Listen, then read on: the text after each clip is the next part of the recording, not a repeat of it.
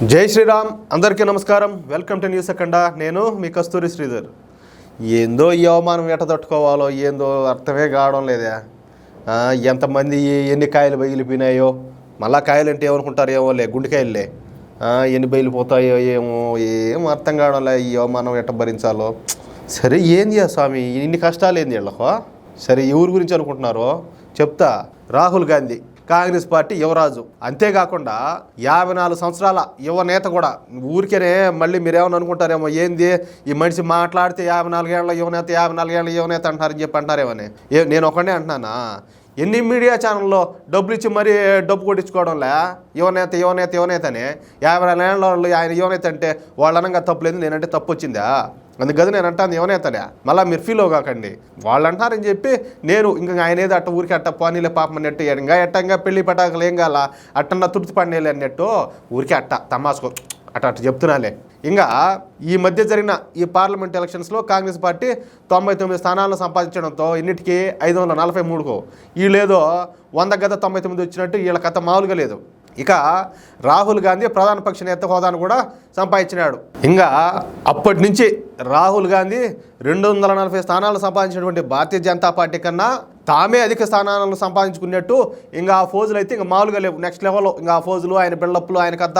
ఆడైతే body builder మాదిరి పార్లమెంట్లో ఇట్లా టీషర్ట్ ఒకటి వేసుకునేది, అద్దుమట్టి టిట్ అనేది, ఏది ఈ జబ్బలు చూపించడం, రెట్లు చూపించడం. ఆయన కథ నాయన సాధ్యపడలా ఆ ఎచ్చులు ఆ కథలో. ఇంకా దేశమంతా ఇంకా దేశ నలుమూలలా తిరుగుతా బీజేపీ ప్రభుత్వానికి గది దించుతామని చెప్పేసి ఈసారి కాంగ్రెస్ పార్టీనే అధికారంలోకి వచ్చాది అని చెప్పి ప్రచారం చేస్తా కాలం గడుపుతున్నాడు. కాంగ్రెస్ పార్టీ 99 సీట్లు సాధించడంతో తానేదో అమెరికా అధ్యక్షుడిని అయిపోయినట్టుగా రాహుల్ గాంధీ ఫీల్ అయిపోతున్నాడు. ఇట్టున్నది వాళ్ళ పని, మామూలుగా లేదు. ఇంకా వాళ్ళకి భజన చేసేవాళ్ళు అయితే ఇంక అది నెక్స్ట్ లెవెల్. వాళ్ళు మమ్మల్ని అంటారు బత్తాయిలు, అది ఇది అని మాట్లాడతారు. ఎవరు బత్తాయిలు? సరే మేము బత్తాయిలు ఇవ్వలే, కానీ మీ మరి మనుషులు అయితే మేము ఖచ్చితంగా కాదు. ఎందుకంటే ఎన్ని నీచమైన పనులు చేసినా, ఎన్ని అటగోలు వ్యాపారాలు చేసినా, ఏం చేసినా కూడా ఇంకా వాళ్ళు ఏదో ఆకాశం నుంచి ఊడిపడినట్టు ఏదో స్పెషల్ బ్రీడ్ అని మీరు ఇష్ట ప్రకారం మీరు వాళ్ళు ఏదో నెత్తిన పెట్టుకొని ఊరేగుతారు. కానీ మాకేం ఆ కర్మ అది కదా.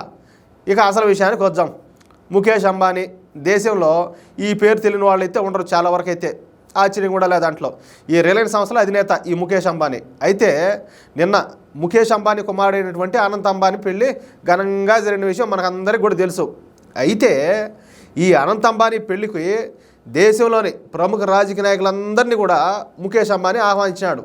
ప్రధాని నరేంద్ర మోడీ, కేంద్ర హోంశాఖ మంత్రి అమిత్ షా, అలాగే మహారాష్ట్ర సీఎంలతో సహా కేంద్ర ప్రభుత్వంలోని పెద్దవాళ్ళందరినీ కూడా ఆహ్వానించారు.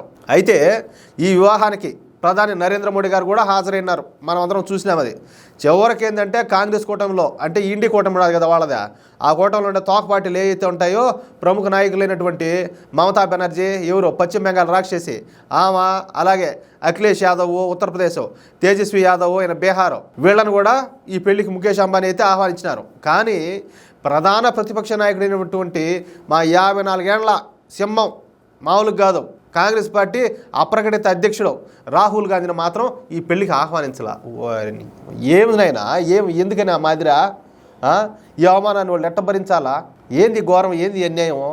అయ్యో, ప్రధాన ప్రతిపక్ష నాయకుడిలో ఉన్న ఒక ఉన్నతమైన హోదాలో ఉన్నప్పటికి కూడా రాహుల్ గాంధీను ఈ పెళ్లికి ముఖేష్ అంబానీ ఆహ్వానించలా. రాహుల్ గాంధీని పిలచకుండా ఇండి కూటమి నాయకుల్ని పిలిచి రాహుల్ గాంధీని మాత్రం ఆహ్వానించలా. చూడండి ఇది ఏంది ఎట్టున్నదో ఇదంతా కూడా. అన్నమన్నా తింటున్నారో లేదో, నీళ్ళన్నా తాగుతారో లేదో, నిద్ర అన్న వచ్చాందో లేదో వాళ్ళకు, ఏందో ఇదంతా ఘోరం. దీంతో రాహుల్ గాంధీ పరుగు పోయిందని చెప్పేసి కాంగ్రెస్ నాయకులు ఫీల్ అవుతున్నారంట. ఇంక ఫీల్ అవ్వరు మరే, ఇంత అవమానం జరిగినాక ఏం వాళ్ళు తింటాది, ఏం అన్నం కాదా? పైగా మమతా బెనర్జీ, అఖిలేష్ యాదవ్, తేజస్వి యాదవ్లను పిలిచి మళ్ళా తమ నాయకుడు అయినటువంటి ఈ రాహుల్ గాంధీని పిలవలేదని కాంగ్రెస్ నాయకులు బాధపడుతున్నారంట. అది ఆ విషయమా?